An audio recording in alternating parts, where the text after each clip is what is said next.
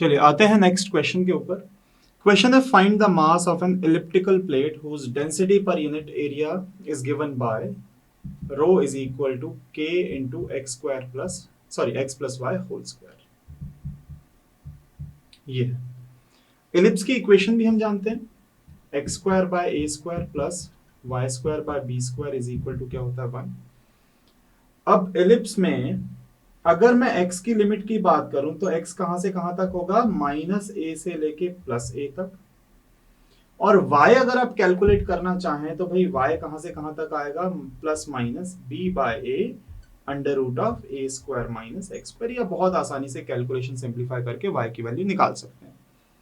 तो ये तो समझ में आ गया कि माइनस ए से प्लस ए x की लिमिट है, minus of b by A से under root A square minus X square तक, और ये plus B by A square minus X square.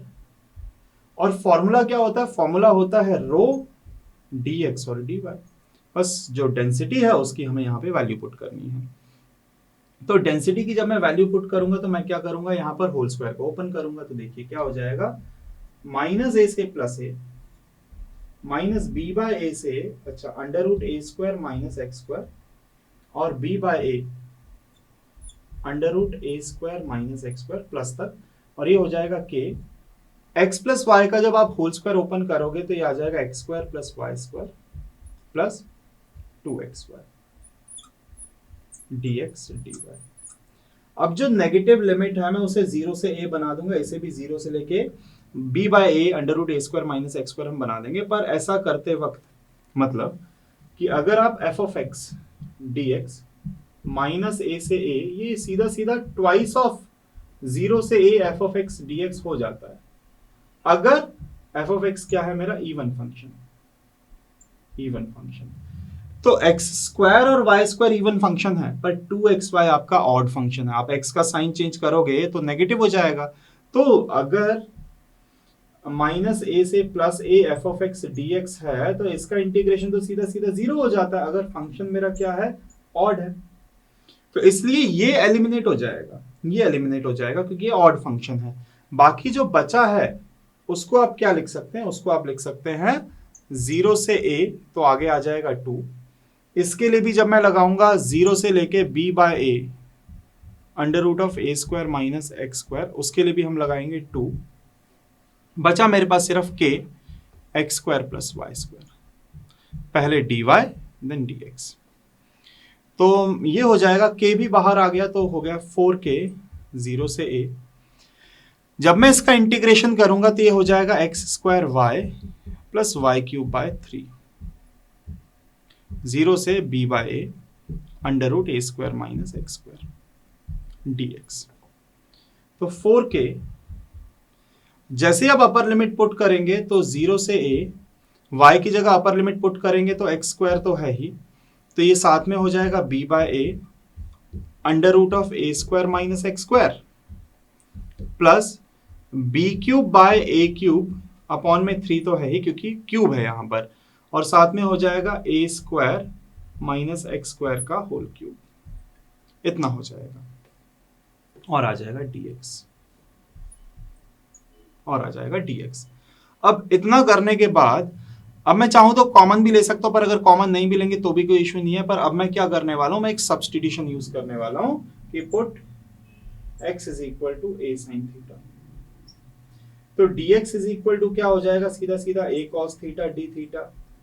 जब आप लोअर लिमिट रखेंगे 0 रखेंगे तो थीटा भी 0 आएगा।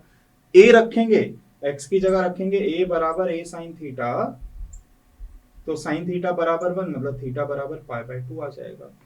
तो 4k तो मेरे पास है ही, लिमिट 0 से पाई बाय 2 हो चुकी है। x की जगह हमें रखना है a साइन थीटा, तो ये हो जाएगा a square sine square theta into B by A, और अंडर रूट में A square minus X square, तो रूट से a बाहर आ जाएगा क्योंकि x की जगह भी मैं क्या रखूंगा, a sine theta. A square sine square theta का a बाहर आ गया, अंडर रूट में बचेगा 1 माइनस साइन स्क्वायर थीटा, जो कि आप जानते हैं सिर्फ कॉस थीटा हो जाएगा, 1 माइनस साइन स्क्वायर बचा, plus B cube by A cube. यहां भी a साइन थीटा जो होगा वो a square sine square theta, तो a रूट से बाहर आएगा तो a, और यहां 1 माइनस साइन स्क्वायर थीटा बचेगा, किसके अंदर, रूट के अंदर का क्या है, होल क्यूब है, इतना है। dx की जगह क्या आपको रखना है, a cos theta d theta, इतना हमें पुट करना है।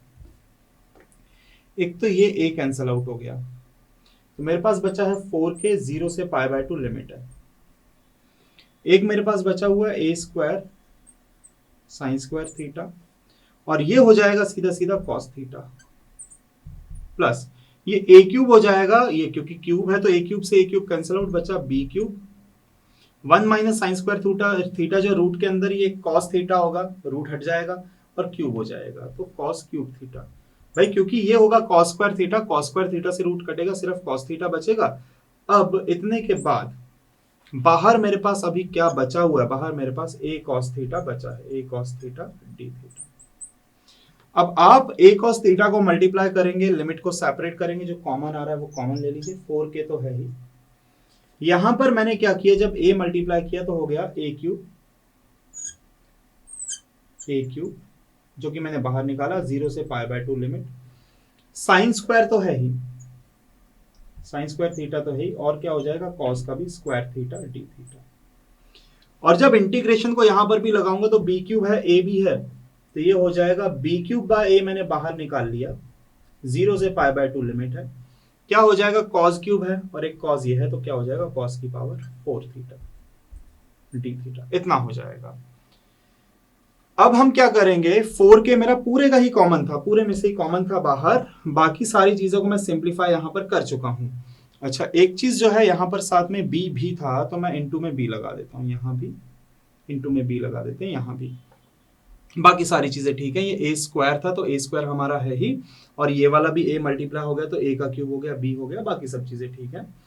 अब आगे बढ़ने के लिए हम क्या करेंगे, यहाँ पर गामा फंक्शन वाला फॉर्मूला लगा देंगे, sign square theta cos square theta 0 से π/2, यहाँ भी 0 से π/2, फॉर्मूला आप जानते ही हैं, gamma of p plus 1/2, gamma of q plus 1/2, twice of gamma of p plus q plus 2/2।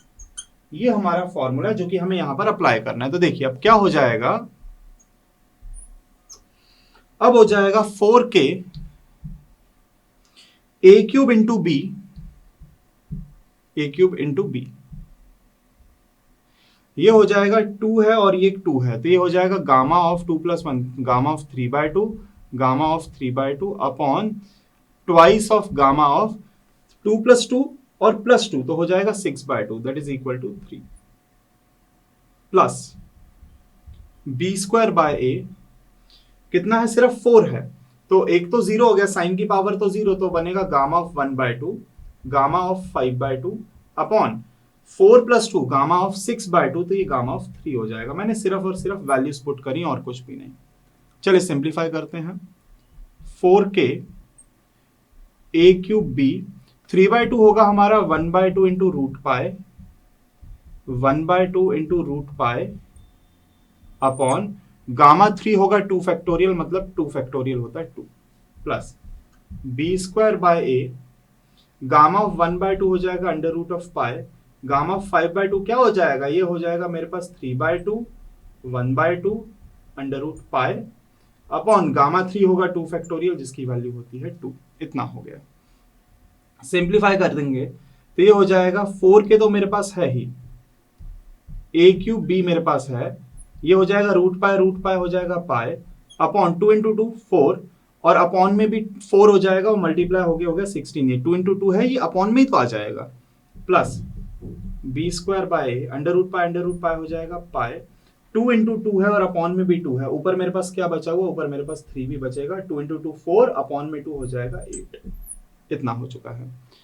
अब जब मैं 4 से अंदर मल्टीप्लाई कर दूं तो मेरे पास जो फाइनल आंसर निकल के आएगा वो निकल के आएगा a क्यूब b पाए k अपॉन 4, प्लस 4k यहां भी मल्टीप्लाई हो जाएगा, तो हो जाएगा b स्क्वायर पाए इंटू 3 है, k आ जाएगा, और अपॉन में a भी है मेरे पास, और 4 और ये 8 कटेगा तो कितना आ जाएगा, 2 आ जाएगा। तो ये आपके क्वेश्चन का क्या है, फाइनल आंसर। तो क्या क्या कर दिया हमने सीधा सीधा फॉर्मूला जो है हमारा, वहां पे रो की वैल्यू पुट करी, लिमिट जब माइनस ए से प्लस ए है तो उसके लिए मैं जानता हूं कि ये जो फंक्शन है इसकी वैल्यू क्या हो जाएगी, सीधा सीधा 0, क्योंकि ये ऑड फंक्शन है। बाकी जो बचे हुए थे पहले y के रिस्पेक्ट में इंटीग्रेट करके लिमिट पुट करेंगे, फिर x is equal to A sine theta substitute करेंगे, गामा फंक्शन का फॉर्मूला लगा देंगे और आंसर निकल के आ जाएगा। चलिए बढ़ते हैं आगे और बात करते हैं ट्रिपल इंटीग्रेशन की। अब क्या होगा यहां पर ट्रिपल इंटीग्रेशन में,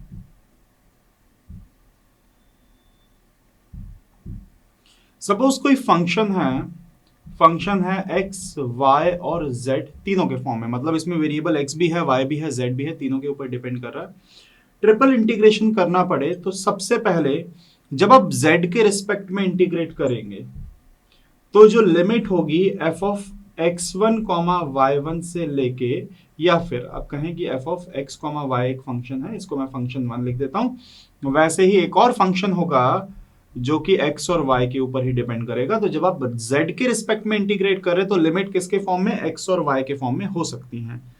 फिर जब इसी फंक्शन को मैं y के रिस्पेक्ट में इंटीग्रेट करूंगा तो फंक्शन में जो लिमिट हो सकती है वो x के रिस्पेक्ट में, और जब मैं कांस्टेंट मतलब x के रिस्पेक्ट में इंटीग्रेट करूंगा तो लिमिट सिर्फ और सिर्फ x1 से x2 तक, मतलब कोई ना कोई कांस्टेंट होगी। तो पहले z के रिस्पेक्ट में, फिर y के रिस्पेक्ट में, एंड लास्ट x के रिस्पेक्ट में आप इंटीग्रेट करेंगे।